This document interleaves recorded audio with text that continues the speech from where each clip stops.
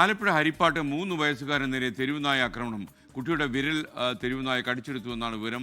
അശ്വിൻ പാലാഴി ആലപ്പുഴയിൽ നിന്ന് ഈ വാർത്തയുടെ അപ്ഡേഷനുമായി ചേരുകയാണ്. അശ്വിൻ, സങ്കടകരമായ കാര്യമാണല്ലോ, പറയൂ വിവരങ്ങൾ.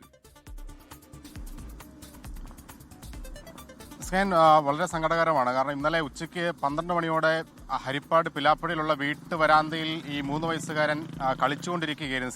ശിവാംശിത് എന്നാണ് പേര്. ഈ കളിച്ചുകൊണ്ടിരിക്കുന്ന ഇടയാണ് റോഡിൽ നിന്ന് ഓടി വന്ന തെരുവുനായ ഈ കുട്ടിയെ ആക്രമിക്കുന്നത്. വലത് കൈയിലെ ചെറുവിരലിന്റെ പകുതിയോളം ഭാഗം ആ തെരുവുനായ കടിച്ചുകൊണ്ടുപോയി എന്നുള്ളതാണ് ഏറെ സങ്കടകരമായ കാര്യം.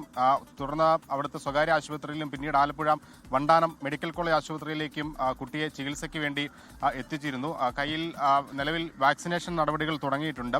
കയ്യിലെ ഈ വിരലിന്റെ പകുതിയോളം ഭാഗം കടിച്ചുകൊണ്ട് പോയതുകൊണ്ട് തന്നെ പ്ലാസ്റ്റിക് സർജറി വേണം എന്നുള്ളതാണ് നിലവിൽ ഡോക്ടേഴ്സ് അറിയിച്ചിരിക്കുന്നത്. അതിന്റെ നടപടികളും ആരംഭിച്ചിട്ടുണ്ട്. അതേസമയം കുട്ടിയെ കടിച്ച് കുട്ടിയുടെ കരച്ചിൽ കേട്ടാണ് വീട്ടുകാർ അവിടേക്ക് എത്തിയത്. അപ്പോഴേക്കും ഈ നായ ഓടി രക്ഷപ്പെട്ടിരുന്നു.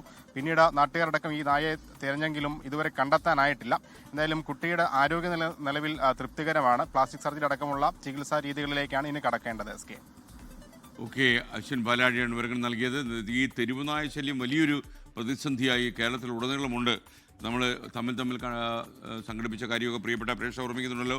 ഒരുപാട് അനുഭവസ്ഥർ കുന്നിക്കോട് മരിച്ച ഫാത്തിമയുടെ ഉമ്മയൊക്കെ പങ്കെടുത്ത തമ്മിലായിരുന്നു അതൊക്കെ ഓർമ്മിക്കുന്നുണ്ടല്ലോ. അത് എന്തെങ്കിലും ഈ വലിയൊരു പ്രതിസന്ധിക്ക് പരിഹാരം എങ്ങനെ കാണും എന്ന് ഇപ്പോഴും അധികൃതർക്ക് അറിയില്ല.